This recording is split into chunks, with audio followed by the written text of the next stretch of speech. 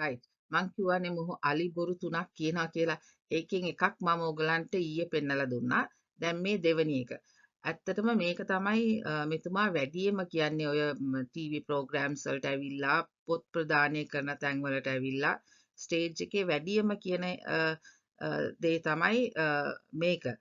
කුරාණයේ තියෙනවා කියලා එක්කෙනෙක්ව මැරුවොත් මුළු මනුෂ්‍ය සංහතියම මැරුවා හා සමානයි. මේක කට්ට පාඩමින් මෙතුමා ගිරවෙක් කියනවා වගේ කියනවා. ඉතින් අපි බලමු මොකද්ද මේ ඒක ඇත්තද මෙතුමා මේ කියන දේ ඇත්තද කියලා අපි බලමු අද. right. මේක කුරාණයේ 5 වෙනි chapter එකේ 32 වෙනි පදේ 32 පහේ 32 මේකේ කියනවා on that account we ordained for the children of Israel. කාටද කියන්නේ මේක? children of එකට කියනවා Bani Israel කියලා. children of Israel that if anyone slew a person unless it be for murder or for spreading mischief in the land it would be as if he slew the whole people. කාටද මේ දැන් කියන්නේ? එක්කෙනෙක් මැරුවොත් මුළු මනුෂ්‍ය සංහතියම මැරුවා හා සමානයි කියලා මේ කාටද කියන්නේ? children of Israel. මේ කියන්නේ යුදෙව්වරුන්ට. ප්‍රොෆට් මොහමඩ් මේක කියන්නේ යුදෙව්වරුන්ට. ඊට පස්සේ කියනවා and if anyone saved a life it would be as if he saved the life of a whole people. මෙයා කියනවා එක ජීවිතයක් සේව් කරොත් ඒක මුළු මනුෂ්‍ය සංහතියම සේව් කරා වගේ කියලා කියනවා. කාටද හැබැයි මේක කියන්නේ? මුස්ලිම් අයට නෙමෙයි. ප්‍රොෆට් මොහමඩ් ගිහිල්ලා කියන්නේ මේක යුදෙව්වරුන්ට. ඒගොල්ලන්ට කියනවා. දැන් මම මෙහෙම කිව්වොත් ඊට ඉස්සෙල්ලා මම කියන්නම්. දැන් මම අර රවුන්ඩ් කරලා තියෙනවා රතු පාටෙන්. මම ඔයගොල්ලන්ට ගිය වීඩියෝ එකෙන් කියලා දුන්නා කුරාණයක් දැම්මොත් ඔන්ලයින් කුරාණයක් තිබ්බොත් අනිවාර්යයෙන්ම ඒගොල්ලන් තෆ්සීර් එකයි හදිතුයි ඒකේ දානවා කියලා. එහෙනම් අර ෆාරුක් එදා ඇවිල්ලා කෝනේ අපි දන්නේ නැහැ මේ තෆ්සීර් කියලා. ඉතින් ඒක නිසා මේ කතාව කොහොමද පටන් ගන්නෙ නම් ඔයගලන්ට තෆ්සීර් එකේ ගිහිල්ලා බලන්න පුළුවන්. මම මෙතන තෆ්සීර් එක දැම්මේ නැහැ. ඇයි නම් යුදෙව්වරුන්ගේ පොතේ තියෙනවා. ඒ කියන්නේ ක්‍රිස්තියානි අයගේ පොතේ යුදෙව්වරුන්ගේ පොතේ මේ කතාවක් තියෙනවා. එක සහෝදරයෙක් තව සහෝදරයෙක්ව ඝාතනය කරනවා. ඒ ඝාතනය කරන්නේ ඊර්ෂ්‍යාව කරන කොටගෙන. ඊර්ෂ්‍යා යම්කිසි දෙයක් වෙනවා. ඒකේ ඊර්ෂ්‍යාවට එක සහෝදරයෙක්ව මරනවා. ඒක කරන කොටගෙන තමයි මේ ප්‍රොෆට් මොහමඩ් ගිහිල්ලා යුදෙව්වරුන්ට හොඳට මතක තියාගන්න මේක කියන්නේ මුස්ලිම් මිනිස්සුන්ට නෙමෙයි යුදෙව්වරුන්ට. ප්‍රොෆට් මොහමඩ් යුදෙව්වරුන්ට කියනවා ඔයා එක්කෙනෙක්ව මැරුවොත් that if anyone slew a person එක්කෙනෙක්ව මැරුවොත් ඕගොල්ලන් එක්කෙනෙක්ව මැරුවොත් unless it be for murder or for spreading mischief in the land it would be as if he slew the whole people. ඕගොල්ලන් යුදෙව්වරු එක්කෙනෙක්ව මැරුවොත් ඒක මුළු මනුෂ්‍ය සංහතියම මැරුවා වගේ කියලා ප්‍රොෆට් මොහමඩ් ගිහිල්ලා කියන්නේ කාටද? යුදෙව්වරුන්ට. දැන් බලන්න මේක මං කිව්වා මේක තියෙන්නේ කොහෙද? කුරාණයේ 5:32. හොඳට මතක තියාගන්න. කොහෙද තියෙන්නේ? කුරාණයේ 5:32. දැන් අපි බලන්න යන්නේ කුරාණයේ 5:33. ඒක කියලා අනිත් පැත්තට ප්‍රොෆට් මොහමඩ් මොනවද කියන්නේ කියලා තමයි අපි බලන්න යන්නේ. 5 දැන් අපි යන්නේ බලන්න 5 කුරාණයේ 5:33 බලන්න යන්නේ. right. මොකද කුරාණයේ 5:33 කියන්නේ? ඔන්න හොඳට අහගෙන ඉන්න. හරිද? දැන් මේක කියන්නේ කාටද? මුස්ලිම් අයට. අරක කිව්වේ කාටද? යුදෙව්වරුන්ට. කියනවා the punishment of those who wage war against Allah and his messenger and strive with might and main for mischief through the land is execution and crucifixion or the cutting of the hands and feet from opposite side or exile from the land. That is their disgrace in this world. And a heavy punishment is theirs in the hereafter. දැන් මේ පැත්තට ඇවිල්ලා කියනවා prophet Mohammed මුස්ලිම් අයට the punishment of those who wage war against Allah and his messenger. අල්ලාට විරුද්ධව අල්ලාගේ මෙසේන්ජර් prophet මොහමඩ්ට විරුද්ධව කැරලි ගසන්නන්ට නැත්නම් යුද්ධය ප්‍රකාශ කරන අයට මොකද වෙන්නේ? ඒගොල්ලන්ව කුරුසපත් කරනවා. ඒගොල්ලන්ගේ අත්පය කපන කොහොමද කපන්නේ? දකුණු අත කැපුවොත් වම් අත කපන්නේ. වම් අත කැපුවොත් දකුණු කකුල කපන්නේ කියලා මේකේ කියනවා. ඒක කාටද කියන්නේ? මුස්ලිම් අයට. දැන් මෙතුමා අර මොකද්ද යුදෙව්වරුන්ට කියපු දේ තමයි මෙතුමා කියන්නේ. දැන් මම මේක මෙහෙම පහදලා දෙන්නම්කෝ. දැන් අපි දන්නවා ලංකාවේ LTT එකයි හමුදාවයි යුද්ධ කරා. එතකොට අපි නිකන් මේක මනං කල්පිත කරමු. මට ඕනේ මේක ඔයගලන්ට තේරුම් ගන්න.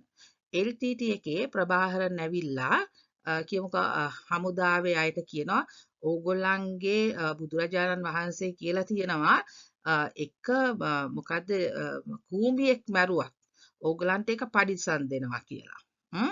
කූඹියෙක් මැරුවත් ඕගොල්ලන්ට පරිසම් දෙනවා කියලා තියෙනවා. ඒක නිසා ඕගොල්ලන් මිනිස්සු මරන්න එපා කියලා කියනවා. කවුද කියන්නේ? ප්‍රභාහරන් ඇවිල්ලා හමුදාවේ අයට කියනවා. කියලා අනිත් පැත්තට ගිහිල්ලා කියනවා එයාගේ බොයිස්ලට මේගොල්ලන්ව ගිහිල්ලා මරන්න කියලා. ඔයගලන්ට තේරෙනවද මං කියන එක? ඔයගලන්ට මේක තේරුම් ගන්න. මොකද්ද යුදෙව්වරුන්ට ගිහිල්ලා කියනවා ඕගලන්ට මරන්න එපා එක මිනිස්සෙක් මැරුවොත් ඒක මුළු සංහතියම මැරුවා වගේ කියලා. මේ පැත්තට ඇවිල්ලා කියනවා මුස්ලිම් අයට අල්ලාට විරුද්ධව හරි අල්ලාගේ දූතයයි කියන්නේ ප්‍රොෆට් මොහොමඩ්ට විරුද්ධව කැරලි ගැසුවොත් එහෙම නැත්නම් යුද ප්‍රකාශ කරොත් මොකද වෙන්නේ? ඕගලන්ගේ අතපය execution or crucifixion or the cutting of the hands and the feet from opposite side or exile from the land. අතපය කපනවා විතරක් නෙමෙයි ඒගොල්ලන්ව එතනින් අයින් කරලා දානවා. ඒ කියන්නේ ඒගොල්ලන්ගේ ලෑන්ඩ් එකකිනුත් ඒගොල්ලන්ව අයින් කරලා දානවා කියලා කියනවා. එතකොට මෙතුමා හැබැයි මේක කියන්නේ ප්‍රොෆට් මොහොමඩ් ඒගොල්ලන්ට මේක ප්‍රොෆට් මොහොමඩ් මෙතුමාලට කියපු දේ කරන්න කියලා. කවුරු හරි දැන් අන්න මම දැක්කා මගේ YouTube එකේ මම ඊයේ දාපු පෝස්ට් එකකට එක්කෙනෙක් මාව උසාවියක් කරන් යනවලු. මං කිව්වා යන් උසාවි කියලා. ඇයිද?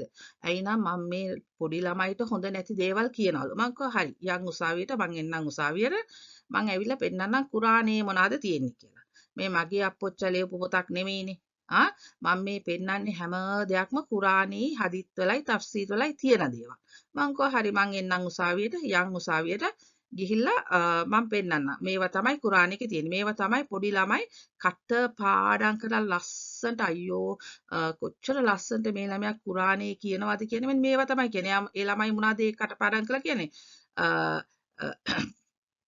crucifixion or the cutting of the hands and the feet from opposite sides කියලා තමයි ඒගොල්ලන් කියන්නේ. ඒ පොඩි ළමයිට කියලා දෙන්නේ මේවා තමයි. ඒ ළමයි දන්නේ නැහැ මේ මොනවද කියන්නේ කියලා. එන අරාබියෙන් ඒ ළමයිට කටපාඩමින් කියන්නේ කියනවා. ඒ ළමයිට අරාබි තේරෙන්නේ නැහැ. අර කටපාඩම් කරලා වගේ ගිරව් වගේ කියනවා. මේ පස්සේ මාව උසාවි එක්කරන් යනවලු. හරි පුදුමයිනේ මාව මං කිව්වා යන් උසාවි. මමත් එන්නම් උසාවි කියලා.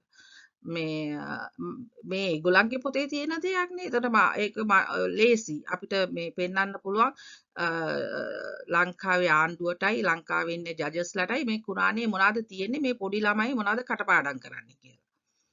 මං කිව්වා මං එන්නම් උසාවියකට කියලා. උසාවියට කියලා. කොහොම හරි දැන් තේරුණාද මෙතුමා කියන්නේ එතුමාට ප්‍රොෆට් මොහොමඩ් කියපු දේ නෙමෙයි. මෙතුමා කියන්නේ අර යුදෙව්වරුන්ට ප්‍රොෆට් මොහොමඩ් ගිහිලා කියනවා ඕගොල්ලන් එහෙම කරන්න එපා. එක මිනිස්සෙක් මැරුවොත් ඒක මුළු මනුස්ස සංහතියම මැරුවා වගේ කියලා. ඒගොල්ලන්ගේ අතපය ඔක්කොම බැඳලා තියලා මෙතනට ඇවිල්ලා කියනවා අල්ලාටයි ප්‍රොෆට් මොහොමඩ්ටයි මොන හරි කිව්වම ඒගොල්ලන්ගේ අතපය කපන්න ඒගොල්ලන්ව ක්‍රුසිෆයි කරන්න සහ ලෑන්ඩ් එකෙන් ඒගොල්ලන්ව එලවලා දාන්න කියලා. ඔන්න ඕක තමයි ඉතින් කතාව. දැන් කියමුකෝ මේගොල්ලන් මේක පිළිගන්නේ නැහැ කියලා. දැන් කොහොමත් මුස්ලිම් අය ඒගොල්ලන්ගේ තියෙන පොතේ තියෙන එකවත් නැහැ. දැන් මම බොරු කියනවා කියලා කියන්නේ ඒගොල්ලන් මොනවද දන්නවද? ඒගොල්ලන්ගේ මේ අල්ලා බොරු කියනවා ප්‍රොෆට් මොහොමඩ් බොරු කියනවා කිය තමයි ඒ කියන්නේ ඒගොල්ලන්.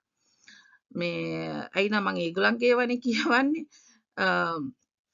කොහොම හරි ඕක තමයි ඉතින් කතාව. මෙතුමා ඒ වුණාට මේක හැමතිස්සෙම කියන දෙයක්. කොහොමත් ඕක ඇබ්‍රොගේෂන් කියන ලෝ එකටත් අයත් වෙනවා. එහෙනම් මං එදා කියලා දුන්නා ඇබ්‍රොගේෂන් ලෝ එකෙන් ඒ මොනහරි යම්කිසි හොඳක් තියෙනවා නම් කුරානේ ඒක ඊට පස්සේ එන